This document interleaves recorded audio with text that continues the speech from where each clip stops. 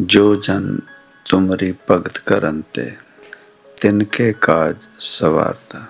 इन पंक्तियों के जरिए बहुत आसान सी बात समझाई गई कि वो जो उसे याद करता है, वो जो किसी के समक्ष मिन्नत करता है, विनती करता है, वो जो किसी को चाहता है और उस चाहने में उसे वो याद करता है और उसे याद करने से, उससे मदद मांगने से उस जीव के जीवन में उसे मदद मिलती है या उस जीव की ज़रूरत पूरी होती है। बहुत आसान सी बात है, सीधी सी बात है। अब ये जो बात कही गई, इससे चाहे हम दुनियावी तौर पे देखें या आध्यात्मिक तौर पे देखें, अगर कोई ज़रूरतमंद है, अगर किसी को किसी से किसी तरह की उम्मीद है, मदद चाहिए, ज़रूरत है, और वो जीव जानता है कि उसके पास उस वस्तु की, उस चीज़ की कमी है, तो उससे पाने के लिए वो जीव कोशिश करता है और उससे पाने के लिए वो पहले देखता है कि वो वस्तु, वो चीज़ कहाँ पड़ी है, किस जीव के पास है और उस वस्तु को कैसे लिया जा सकता है। जैसे बालपन में बच्चा जब छोटा होता है, जीव, उस समय उसे जो भी ज़रूरत चाहिए, ज़रूरत की चीज़ें हैं, उस समय वो बच्चा जानता है कि उसकी ज़रूरत, वो जो उसके माता पिता हैं, उसके माता पिता के ज़रिए उसकी वो ज़रूरत पूरी होगी और वो उस वस्तु की पूर्ति अपने माता पिता से बात कर कर अपने माता पिता से उस चीज़ को मांग लेता है। उस वक्त भी जब उसे बोलना नहीं आता, जब उसे बोलना नहीं आता, उस समय भी उसे पता है अगर भूख लगी है तो वो अपनी भूख को मिटाने के लिए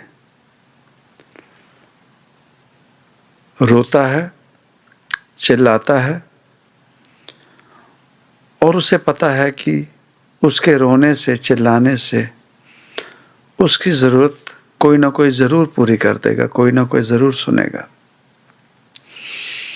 अब वो बच्चा जो भूख में पड़ा है और वो मांग भी ना करे, उसे बोलना नहीं आता, पता है, पर वो रोए भी ना,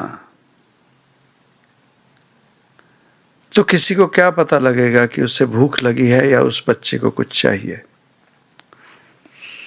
उस समय में भी बच्चे को रोना पड़ता है, रोता है और उसकी भूख पूरी हो जाती है। आगे चलकर जब वो बच्चा बोलना सीख जाता है, चाहे वो तोतली जुबान में ही बात करता है, पर उसके बावजूद वो अपने माता पिता से जिस वस्तु की उसे ज़रूरत होती है, चाहे कोई खाना पीना या कोई खिलौना, उसने अपनी तोतली जुबान से भी मांग करनी है और उस चीज़ को पा जाता है, प्राप्त करता है। और जैसे जैसे वो बच्चा बड़ा होता है, उसे पता लगने लगता है कि उसके पास किस चीज़ की कमी है और वो फिर सिर्फ माता पिता पर निर्भर नहीं होता। अगर उसके कोई बड़े भाई बहन हैं, कोई रिश्ते नाते हैं, कोई जानकार हैं, वो उन तक भी अप्रोच करता है, उन तक भी जाता है अपनी उस ज़रूरत को पूरा करने के लिए। और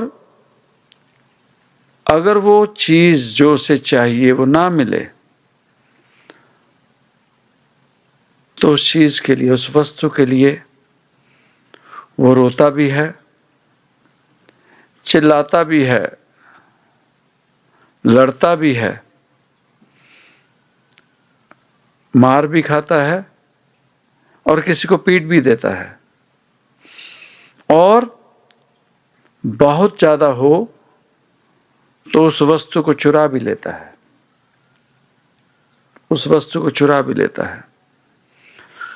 इतने तरीके हैं किसी चीज को प्राप्त करने की। और बड़ा हुआ, पता लगा कि इस वस्तु को खरीदा जा सकता है, तो खरीदता है, और उस खरीदने के लिए उसे पता है पैसा कमाना पड़ेगा, तो वो पैसा भी कमाता है। अगर कमा ना सके तो किसी से उधार लेना पड़े या किसी से खींचना पड़े, चुराना पड़े, पर उस वस्तु की प्राप्ति के लिए वो इतनी जद्दोजहद करता है, इतनी कोशिशें करता है, और उस वस्तु को पा जाता है। पर उस वस्तु को कौन पाता है? जिसने अपने भीतर ये जिद पकड़ ली, जिसने अपने भीतर ये जिद बना ली कि मुझे इस वस्तु को पाना है, मुझे ये वस्तु चाहिए। अब इसी अवस्था में वो बच्चे हैं जो अपने माता पिता से कोई वस्तु की मांग करते हैं, माता पिता ने डांट दिया, मना कर दिया, तो अगर वो वस्तु ज़रूरी, इतनी ज़रूरतमंद नहीं है, वो बच्चा चुप कर जाएगा माता पिता के डर से, बड़े बुजुर्ग के डर से।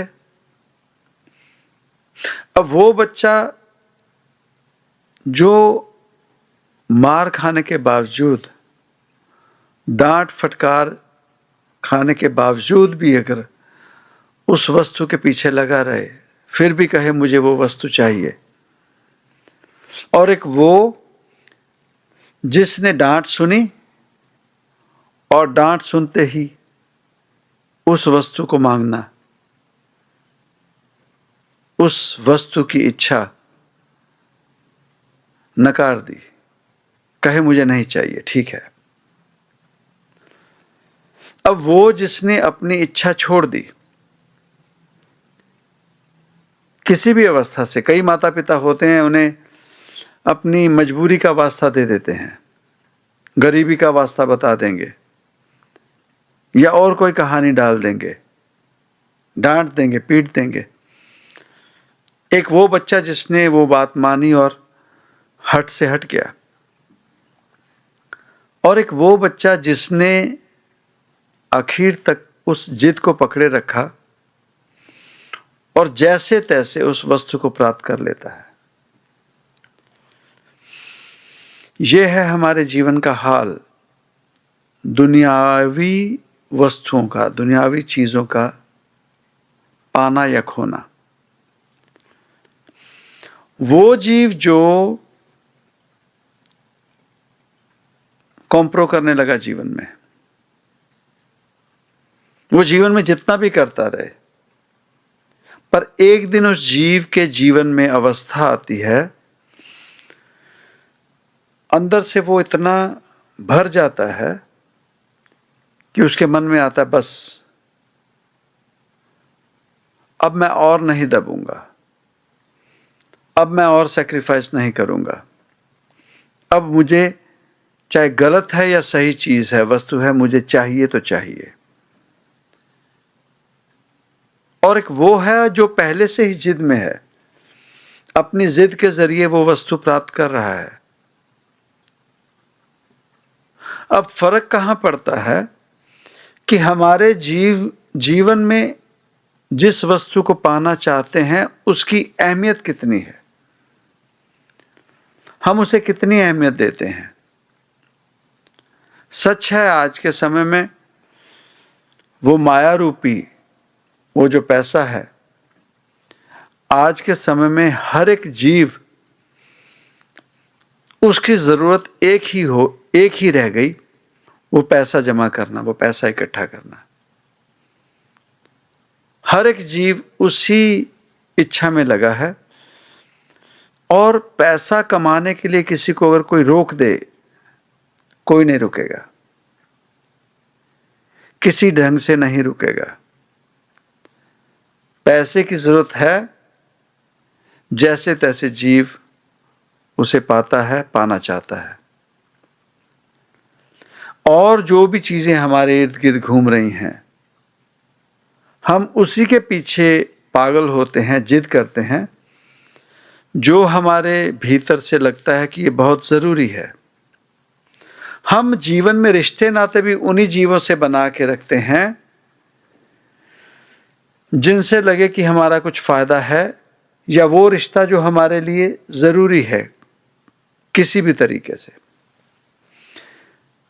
जिस रिश्ते के बारे में लगे कि इससे हमारा कोई फायदा नहीं है, हम वो रिश्ते नाते भी तोड़ देते हैं, रिश्ते नाते भी तोड़ देते हैं। वही काम हमने आज उस रब के साथ किया। आज रब को पाने की बात करते हैं या रब को मानने की बात करते हैं अगर, तो वो कौन होगा, कैसा होगा, जिसमें उस बच्चे की तरह जिद है, उसने डांट फटकार भी सुन ली, उसने अपने परिवार से इमोशनल ड्रामा भी सुन लिया, मजबूरियां भी सुन ली, मार भी खा ली, उसके बावजूद उस जीव ने वो जिद पकड़ी कि मुझे वो वस्तु चाहिए। आज के समय में ऐसी जिद कौन है जीव जो अपने जीवन में लेके चला और ये कहे कि मुझे रब पाना है, मुझे रब पाना है।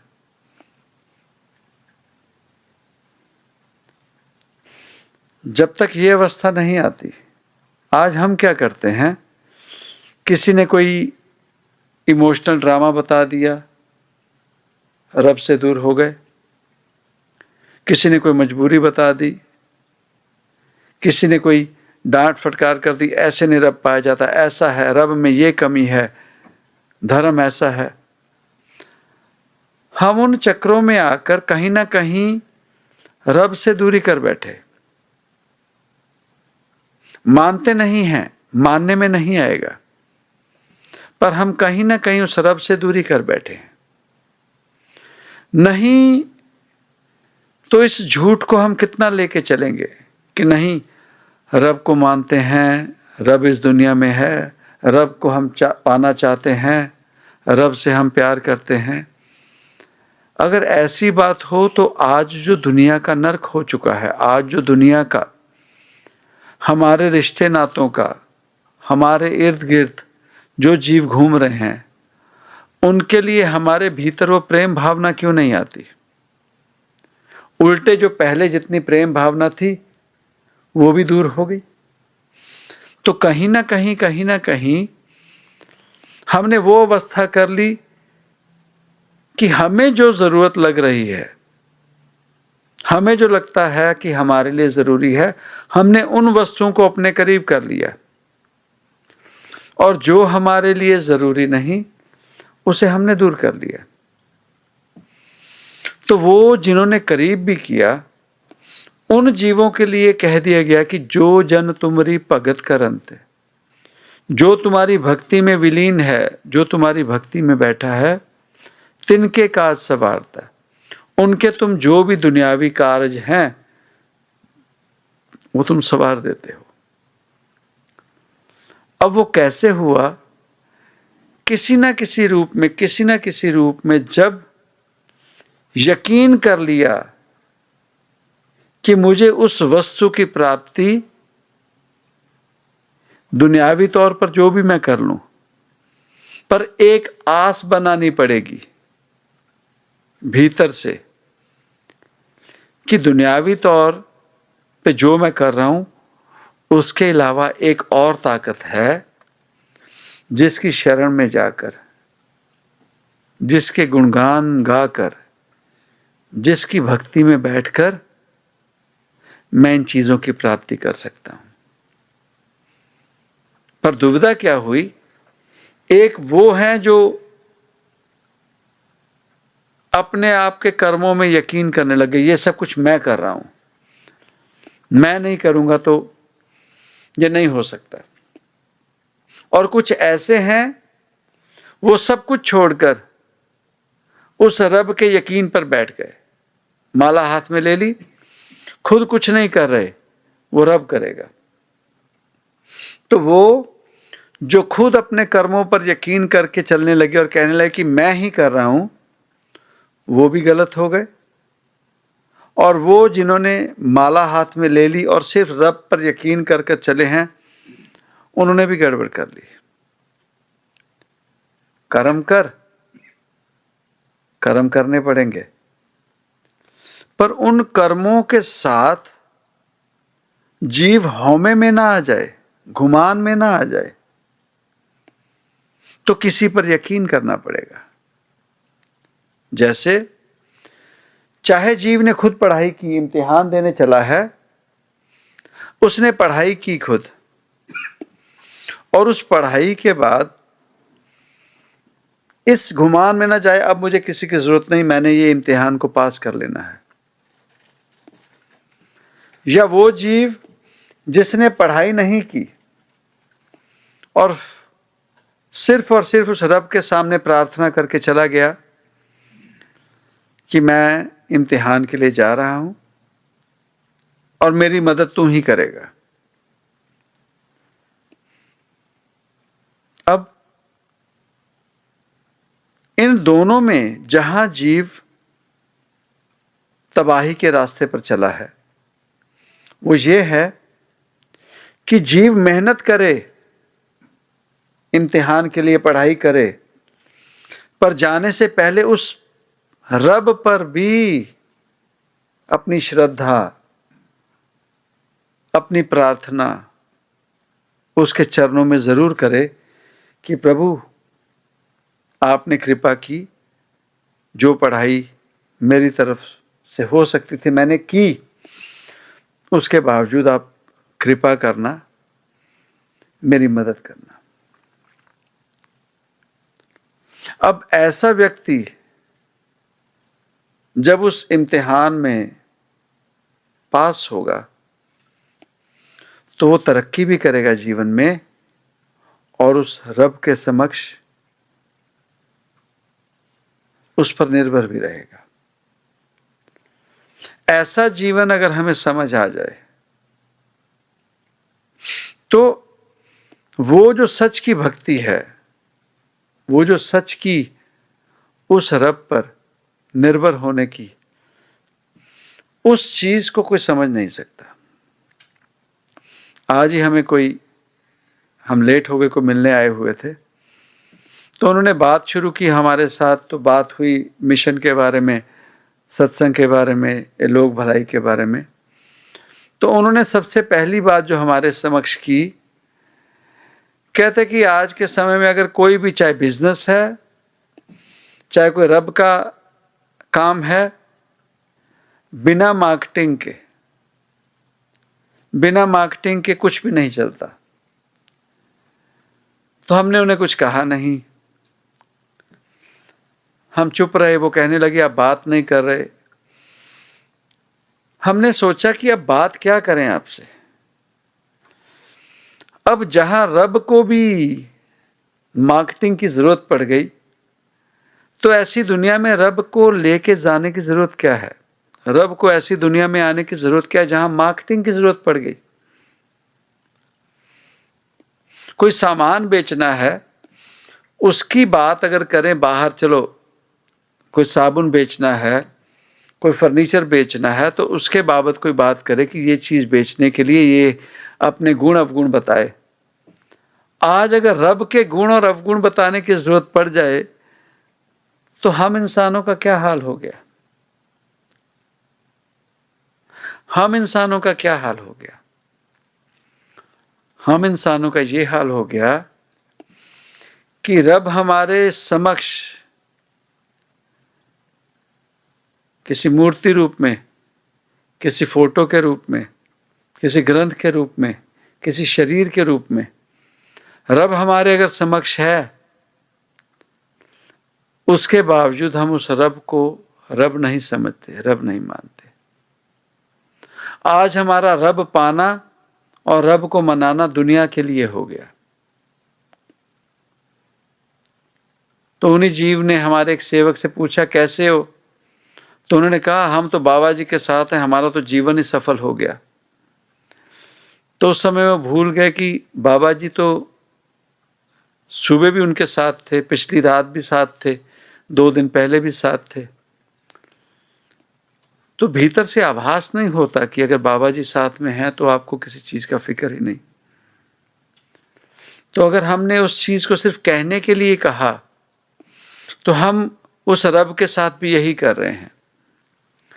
उस रब का कोई स्वरूप लगा है, अपना जीवन अपने ढंग से जी रहे हैं, पर कहने के लिए कह देते हैं हमारा ये रब है। हमें तो किसी चीज की कमी ही नहीं जब से हमारा रब हमारे घर में मूर्ति रूप में आ गया, तस्वीर के रूप में आ गया। तो एक आध्यात्मिक जीव उस रब के बारे में क्या मार्केटिंग करे, उस रब की क्या मार्केटिंग करे। वो जो किसी ना किसी रूप में इस सृष्टि को चला रहा है, इस सृष्टि को चला रहा है युगों से, युगों से। और जो जन तुमरी भगत करनते, वो जिन्होंने उसकी पूजा की, अर्चना की किसी ना किसी रूप में भी, वो क्यों बताया गया कि ए जीव तू अपने भीतर इतना घुमान ना लेके आ कि मैं खुद ही ये सब कर रहा हूं। ये गलती ना कर।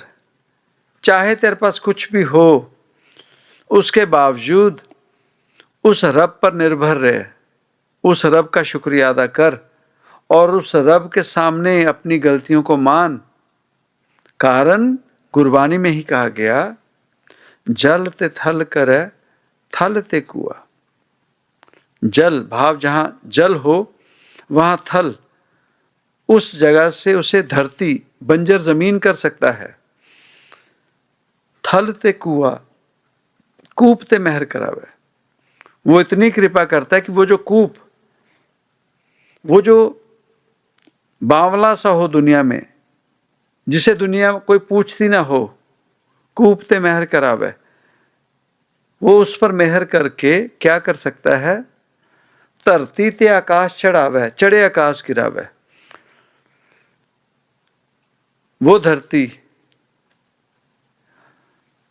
उसे गगन मंडल कर सकता है, आकाश कर सकता है। और जो चढ़े आकाश, जिनकी आज तूती बोलती है ना, अपने आप में बहुत कुछ घुमान में घूम रहे हैं, उसे क्षण भर में उसे खत्म करने को वो तहस नहस कर सकता है। वो ऐसी ताकत है। खल मूर्ख ते पंडित करबो, जो अत का मूर्ख हो वो अपनी आई पे आ जाए, कृपा करते तो उसे पंडित भाव वो गुण दे सकता है जो पंडित में, एक प्रख्यात पंडित जो पढ़ा लिखा वेद का तेब का ज्ञानी हो, इतनी कृपा कर सकता है। अगर हम उस रब पर यकीन नहीं कर रहे तो जीवन में जो भी कर रहे हैं सच में फायदा नहीं है। तरक्की जरूर करें, पर उस तरक्की में यह ना हो कि हम इन इंसानों से दूर हो जाएं। हम वो जो रिश्ते नाते हमारे चले, वो रिश्ते नाते हम दूर कर चुके हैं, हमारी श्रद्धा खत्म हो गई। तो कहीं ना कहीं जितनी दूरी हमारी इंसानियत से हो गई, इंसानों से हो गई, एक दूसरे से कर ली हमने दूरी, उतनी दूरी हम उस रब से कर चुके हैं, उस रब से कर चुके हैं। आज सुबह उठते आप कोई भी खबर, न्यूज़ सुन लो, कहीं भी आपको कहीं सुकून की बात नहीं सुनने को मिलेगी। कोई धर्म के नाम पर ऐसे हालात पैदा कर रहे हैं कि कुछ ही दिनों में देखो धर्म के नाम पर मारकाट शुरू हो जाएगी। आज ऐसे हालात हम लोग पैदा कर चुके हैं अपने रिश्ते नातों में कि कुछ ही समय में हमारे रिश्ते नाते टूट जाएंगे, हम एक दूसरे से मिलना बंद कर देंगे, हम एक दूसरे के लिए फिक्रमंद जो जितना होते थे अब वो भी नहीं होगा। तो सच में हमने यही तरक्की करनी थी? क्या सच में यही तरक्की है? यही जीवन की अचीवमेंट है? यही दुनिया पाना है? यही रब पाना है? हमारे भीतर वो जो माया रूपी पैसा जैसे जैसे जितना जितना वो हमारे भीतर बढ़ना शुरू हुआ, हम इंसान से और रब से दूर होने लगे। जब पैसे नहीं थे या इतनी माया नहीं लगी थी, तब हम लोगों को आम मिलते थे, तब इतना होता था हमें, हालात वैसे ही हैं। अब जैसे जैसे माया रूपी वो पैसा हमारे जीवन में बढ़ गया, हम लोगों से मिलना जुलना बंद करने लगे। अरे पैसे ना मांग ले, कहीं मदद ना करनी पड़ जाए। तो अब अहमियत किसे दी, इंसानियत को या उस पैसे को?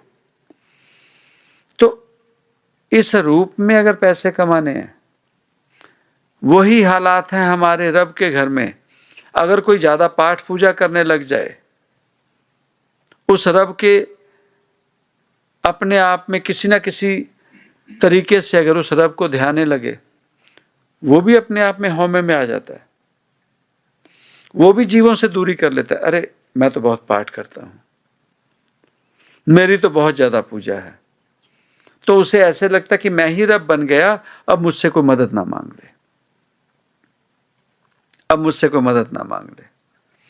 पर हम ये क्यों भूलते हैं कि करने वाला सिर्फ वो खुद रब आप है।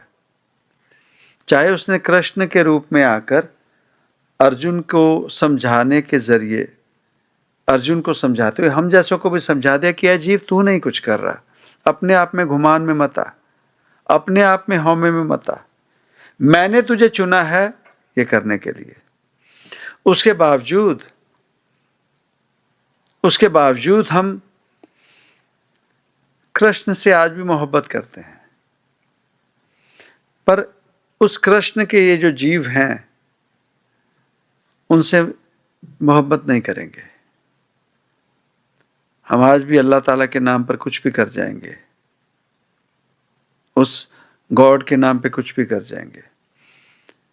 वो जो बद से बदतर हो रहा है, पर उन रब रूपों के कहे गए बताए गए रास्ते पर चलना हमारे लिए वो हमें अच्छा नहीं लगेगा, वो हमें अच्छा नहीं लगेगा। तो अपने आप में हम बहुत ज्यादा गलत जीवन जी रहे हैं साथ संगत जी। जिस रास्ते पे हम चले हैं आगे सुख नहीं है। आने वाले समय में बहुत ज्यादा परेशानियां बढ़ने वाली हैं। मारकाट, दूरियां, नफरत, ईर्ष्या, द्वेष, बद्दुआएं, इन चीजों की तरफ हम बढ़ने लग गए। कोशिश करें इन चीजों से दूरी करें, अपने आप में बैठना शुरू करें, छोड़ दें मेडिटेशन, खुद का सुमरन। कोई है किसी रब पर अगर यकीन है, कब तक उससे सिर्फ दुनियावी उस माया को ही मांगते रहेंगे, और पैसा दे दे, और पैसा दे दे, और पैसा दे दे।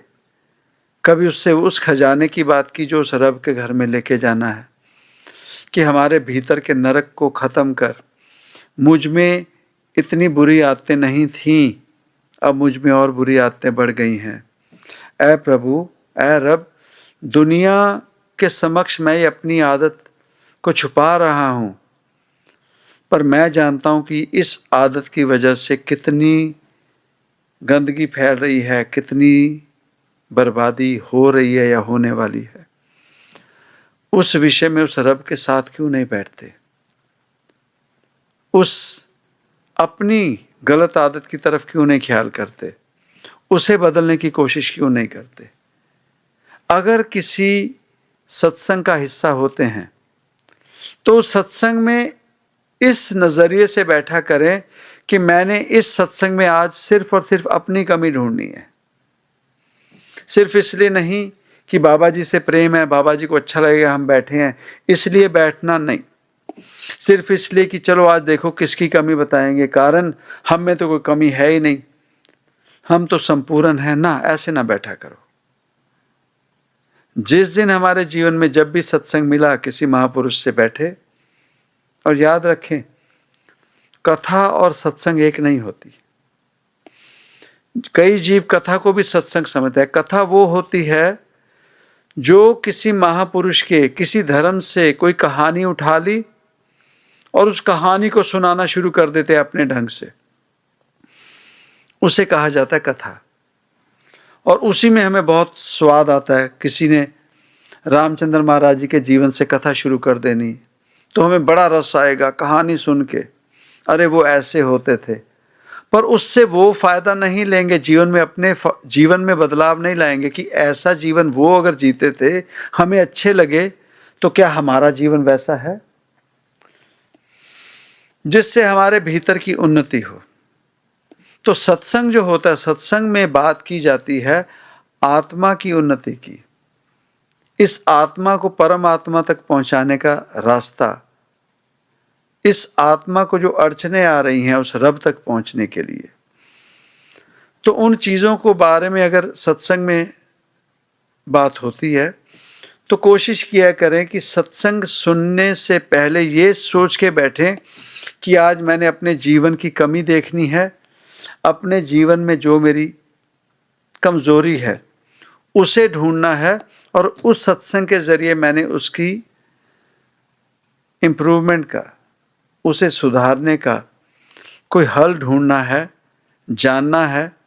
और अगर सत्संग के ज़रिए हल नहीं मिला तो जब बाद में सवाल जवाब होते हैं तो एक डॉक्टर के साथ जैसे मरीज अपने रोग की बात करता है, उस ढंग से अगर हम बाबा जी के साथ बात करें तो कई जीव ऐसे होते हैं जो अपने भीतर वही बात लेकर बैठे होते हैं। जैसे होता है ना कि एक सेवक कोई सवाल करता है तो दूसरा कहता है मेरा भी यही सवाल था, मैंने भी यही बात पूछनी थी। तो कोशिश ये करें सत्संग में जो हम अगर बात भी करते हैं तो वो बातें करें जिससे औरों का फ़ायदा हो, हमारा फ़ायदा हो, और कोशिश कर लें अपने भीतर से हम अच्छे हैं, हम परफेक्ट हैं, इस बात को निकाल दें। इसीलिए गुरबाणी में समझाया गया, हम नहीं चंगे बुरा नहीं कोई। पर हम क्या करते हैं, हम अपने आप को अच्छा समझ के बाकियों को, औरों को सिर्फ और सिर्फ बुरा कहते हैं। जो कहते हैं हम नहीं चंगे बुरा नहीं कोई, प्रणवत नानक तारे सोए। अगर जो ये सोच के चलता है कि मुझ में कमी है और ठीक है, तो उन जीवों के लिए उन्नति होती है आध्यात्मिक मार्ग पे। उन जीवों को जिसे कहते हैं तर गया वो जीव, वैसे जीव जीवन में तरते हैं। अदर देन दैट जो जीवन हम लेके चले हैं उससे हमें नहीं लगता कि हम कहीं पहुंचेंगे या कहीं पहुंच पाए हैं। अपने जीवन में निगाह मार के देख लें, दूरी और बढ़ गई है, घृणा और बढ़ गई है, नफ़रत और बढ़ गई है। इन चीज़ों से इंसानियत का, इस दुनियादारी का कोई फ़ायदा नहीं होगा और रब से हमारी दूरी ही रहेगी। एक होर सत्संग ਦੇ ਜ਼ਰੀਏ ਜੋ ਵੀ ਸੁਨੇਹਾ ਸਾਨੂੰ ਜੀਵਾਂ ਨੂੰ ਮਿਲਿਆ, ਕੋਸ਼ਿਸ਼ ਕਰਿਆ ਕਰੀਏ ਸਾਧ ਸੰਗਤ ਜੀ ਕਿ ਇਸ ਗੱਲਾਂ ਨੂੰ, ਇੱਕ ਫਕੀਰ ਹੈਗਾ ਬਾਬਾ ਜੀ ਕੋਲੋਂ ਅਗਰ ਸਤਸੰਗ ਹੋ ਰਿਹਾ, ਹਰ ਵਾਰ ਉਹ ਉੱਦਾਂ ਦੀਆਂ ਗੱਲਾਂ ਨਹੀਂ ਕਹਿੰਦੇ ਕਿ ਫਲਾਣੇ ਗੁਰੂ ਘਰ ਜਾਓ, ਫਲਾਣਾ ਰੱਬ ਮੰਨੋ। ਉਹ ਕਹਿੰਦੇ ਅੰਦਰ ਜਾਓ, ਪਹਿਲਾਂ ਅੰਦਰ ਦੀਆਂ ਆਪਣੀਆਂ ਕਮੀਆਂ ਦੇਖੋ। ਉਹ ਕਮੀਆਂ ਦੇਖ ਕੇ ਜਿਸ ਵੀ ਰੱਬ ਨੂੰ ਮੰਨਦੇ ਹਾਂ, ਜਿਸ ਵੀ ਧਰਮ ਦੇ ਨਾਲ ਜੁੜੇ ਹਾਂ, ਉਹ ਕਮੀਆਂ ਨੂੰ ਭੀਤਰ ਦੇਖ ਕੇ ਉਸ ਜਗ੍ਹਾ 'ਤੇ ਜਦੋਂ ਜਾਵਾਂਗੇ ਤੇ ਤਾਂ ਉਸ ਚੀਜ਼ ਦਾ ਫਾਇਦਾ ਜ਼ਿਆਦਾ ਹੋਏਗਾ। ਅਤੇ ਅਗਰ ਉਹ ਕਮੀਆਂ ਰੱਖ ਕੇ ਹੀ ਅਸੀਂ ਜਾ ਰਹੇ ਹੈਗੇ ਹਾਂ ਤਾਂ ਸਾਨੂੰ ਫਾਇਦਾ ਕੁਛ ਨਹੀਂ ਹੋਏਗਾ, ਨੁਕਸਾਨ ਹੀ ਹੋਏਗਾ। ਸੋ ਕੋਸ਼ਿਸ਼ ਕਰੀਏ ਜੀਵਨ ਦੇ ਵਿੱਚ ਪੋਜ਼ੀਟਿਵ ਐਨਰਜੀ ਲਿਆਈਏ ਭੀਤਰ। ਪੋਜ਼ੀਟਿਵ ਐਨਰਜੀ ਉਹ ਜਦੋਂ ਦੋ ਜੀਅ ਬੈਠਣ ਅਤੇ ਕਿਸੇ ਦੀ ਬੁਰਾਈ ਨਾ ਚੱਲੇ, ਕਿਸੇ ਨੂੰ ਨੀਵਾਂ ਕਰਨ ਦੀ ਗੱਲ ਨਾ ਚੱਲੇ, ਕਿਸੇ ਦੇ ਖਿਲਾਫ ਕੋਈ ਗੱਲ ਨਾ ਚੱਲੇ। ਕੋਸ਼ਿਸ਼ ਕਰੀਏ ਜਦੋਂ ਬੈਠੀਏ ਕਿਸੇ ਦੇ ਫਾਇਦੇ ਦੀ ਗੱਲ ਹੋਵੇ। ਜੇ ਕਿਸੇ ਦੇ ਫਾਇਦੇ ਦੀ ਨਹੀਂ ਕਰ ਸਕਦੇ ਤਾਂ ਕਿਸੇ ਹੋਰ ਦਾ ਚਰਚਾ ਨਾ ਹੋਵੇ। ਦੋ ਜੀਅ ਬੈਠੇ ਹੋ ਆਪਸ 'ਚ ਹੀ ਗੱਲ ਕਰਨ, ਆਪਣੀ ਰਾਜੀ ਖੁਸ਼ੀ ਪੁੱਛਣ ਕਿਸ ਤਰੀਕੇ ਨਾਲ ਕਿਸੇ ਦਾ ਫਾਇਦਾ ਹੋ ਸਕਦਾ। ਅਗਰ ਸਾਡੇ ਵਿੱਚ ਇਹ ਵਾਲੀਆਂ ਭੀਤਰ ਇਹ ਆਦਤਾਂ ਨਹੀਂ ਹੈਗੀਆਂ, ਬੈਠਦੇ ਸਾਰੇ ਕਿਸੇ ਦੀ ਬੁਰਾਈ, ਚੁਗਲੀ, ਨਿੰਦਿਆ, ਅਗਰ ਇਹ ਗੱਲਾਂ ਸ਼ੁਰੂ ਹੋ ਰਹੀਆਂ ਤੇ ਅਸੀਂ ਕਿਸੇ ਨੂੰ ਦੱਸਣ ਦੀ ਲੋੜ ਨਹੀਂ। ਉਹ ਸਾਡੇ ਕਰਮ ਬਣ ਰਹੇ ਨੇ, ਉਹ ਰੱਬ ਜਾਣਦਾ। ਰੱਬ ਨੂੰ ਪਤਾ ਅਸੀਂ ਕਿਹੋ ਜਿਹਾ ਜੀਵਨ ਜੀ ਰਹੇ ਹਾਂ, ਰੱਬ ਨੂੰ ਪਤਾ ਕਿ ਅਸੀਂ ਕੀ ਕਰ ਰਹੇ ਹਾਂ, ਉਹਦੇ ਕੋਲੋਂ ਨਹੀਂ ਛੁਪਿਆ। ਅਤੇ ਕਰਮੀ ਆਪੋ ਆਪਣੀ, ਬੋਏ ਪੇੜ ਬਬੂਲ ਕਾ ਆਮ ਕਹਾਂ ਸੇ ਹੋਏ। ਅੱਜ ਅਸੀਂ ਜਿਹੜੇ ਬੀਜ ਬੋ ਰਹੇ ਹੈਗੇ ਹਾਂ, ਇਹ ਸਾਡੇ ਭੀਤਰ ਇਹ ਬੀਜ ਬੋਏ ਜਾ ਰਹੇ ਨੇ ਔਰ ਇਹ ਇੱਕ ਦਿਨ ਰੁੱਖ ਬਣ ਕੇ, ਝਾੜ ਬਣ ਕੇ ਸਾਡੇ ਵਾਸਤੇ ਹੀ ਅੰਦਰੋਂ ਫਲ ਪੈਦਾ ਕਰਨਗੇ ਜੋ ਸਾਨੂੰ ਹੀ ਖਾਣੇ ਪੈਣਗੇ। ਸੋ ਦਾਤਾ ਕਿਰਪਾ ਕਰਨ। ਬਾਕੀ ਜੋ ਸਾਧ ਸੰਗਤ ਕਾਨਫਰੰਸ ਕਾਲ ਤੋਂ ਜੁੜੀ ਹੈ ਦੇਸ਼ ਵਿਦੇਸ਼ ਤੋਂ, ਦਾਤਾ ਜੀ ਸਾਰਿਆਂ ਦੀ ਹਾਜ਼ਰੀ ਪ੍ਰਵਾਨ ਕਰਨ ਅਤੇ ਆਪਣੀ ਕਿਰਪਾ ਇਸੇ ਤਰੀਕੇ ਨਾਲ ਬਣਾਈ ਰੱਖਣ ਅਤੇ ਜੋ ਸ਼ੁਭ ਮਨੋਕਾਮਨਾਵਾਂ ਲੈ ਕੇ ਸੰਗਤ ਜੁੜਦੀ ਹੈ ਉਹ ਸ਼ੁਭ ਮਨੋਕਾਮਨਾ ਪੂਰੀਆਂ ਕਰਨ, ਕਿਰਪਾ ਕਰਨ।